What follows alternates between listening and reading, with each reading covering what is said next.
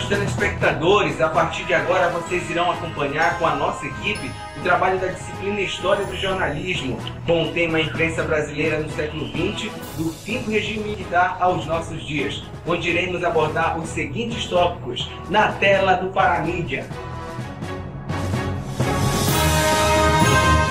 A imprensa e o regime militar, a chamada imprensa alternativa, o processo de transição rumo à democracia, a redemocratização e a campanha pelas diretas já, o novo jornalismo, o novo jornalista, o jornalismo cidadão, a internet, um novo desafio.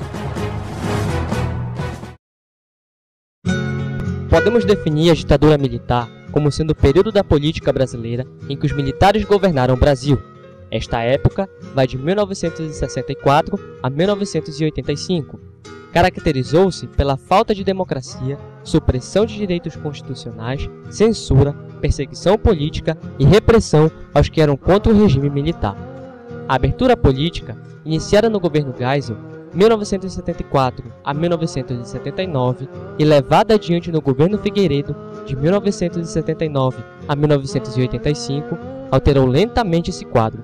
Com a escolha do primeiro presidente civil, em 1985, e a promulgação de uma nova Constituição, em 1988, a imprensa voltou a trabalhar em liberdade, enquanto o país recuperava o direito de viver em regime democrático. Para entender a sequência de transformações que teve lugar na imprensa brasileira ao longo desse período e explicar os momentos mais significativos da mudança, é importante, sem dúvida, examinar o contexto político e econômico da época. Mas antes, é fundamental voltar o olhar para as décadas de 1950 e 1960.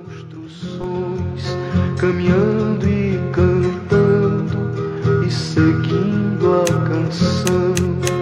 Vem, vamos embora, esperar não é saber. Quem sabe faz a... O regime militar foi inaugurado no Brasil com o golpe de 31 de março de 1964. Entre outros setores, principalmente empresariais, a imprensa de maior prestígio e circulação foi um dos suportes estratégicos do movimento que derrubou o regime constitucional. A intensidade da censura não foi a mesma durante o período militar. Mais branda durante os primeiros anos, tornou-se mais rigorosa após a edição do Ato Institucional número 5, em 13 de dezembro de 1968.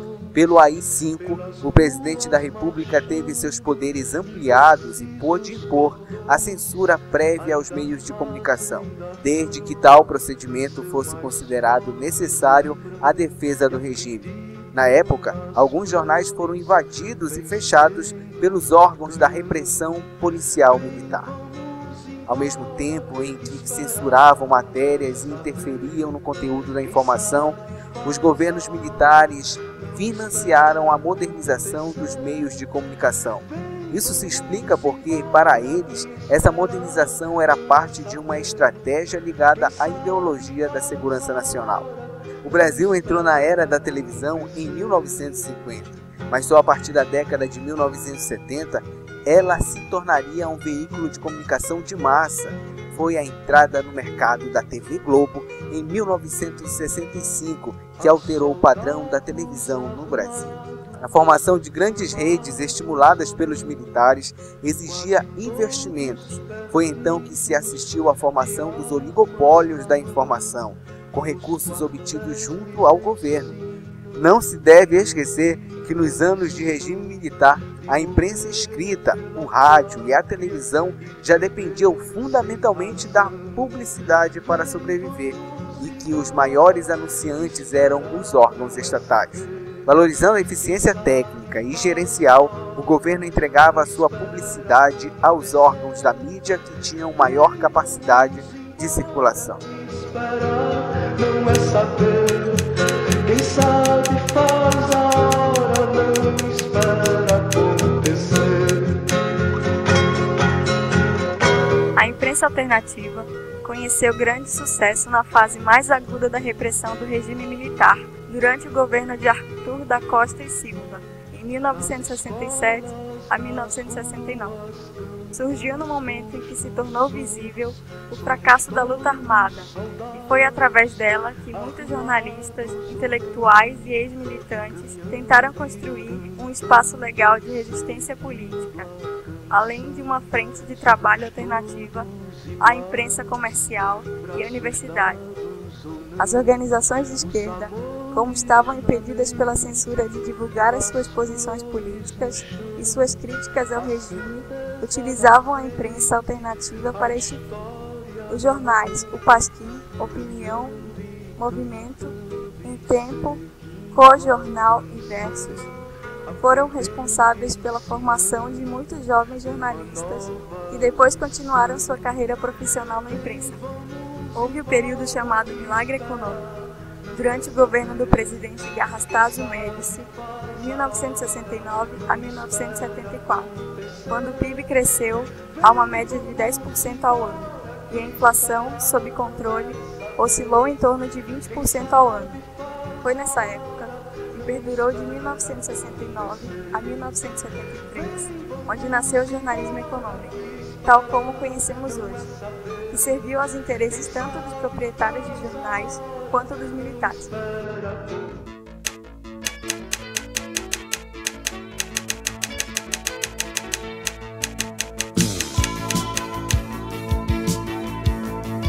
Ao assumir a presidência da República em março de 1974, o general Ernesto Geisel tinha um projeto político a cumprir. O projeto consistia na extensão lenta, gradual e segura da democracia pelo Brasil.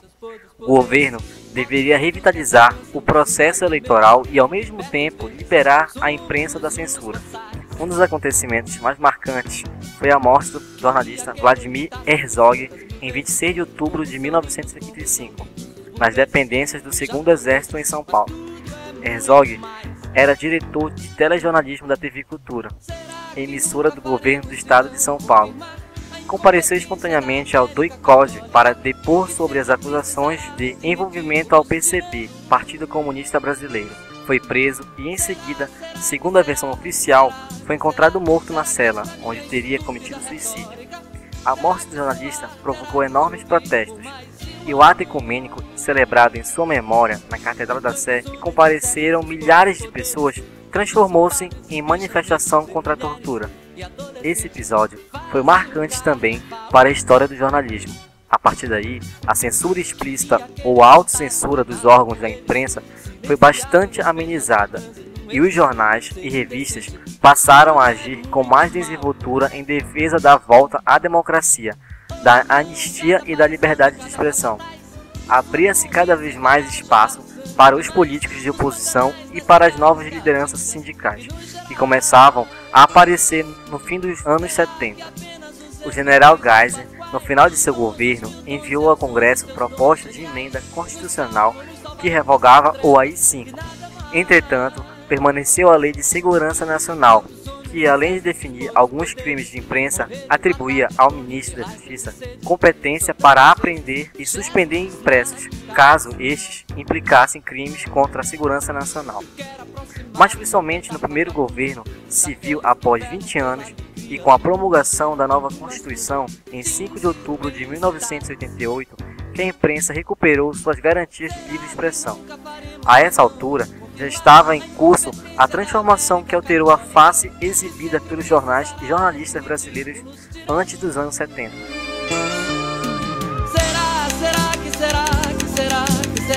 Será que essa minha estúpida retórica? Será que se ouvir por mais de um ano? Nos últimos anos do governo militar, o Brasil apresenta vários problemas. A inflação é alta e a recessão também.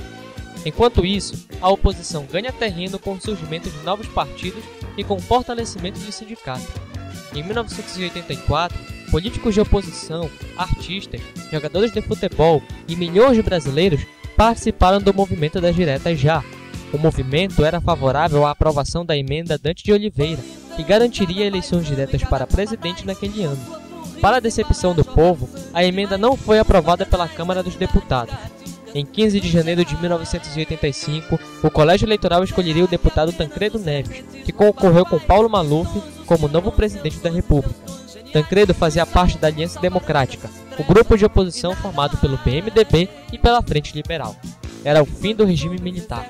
Porém, Tancredo Neves fica doente antes de assumir e acaba falecendo. Assume o vice-presidente José Sarney. Em 1988 é aprovada uma nova Constituição para o Brasil.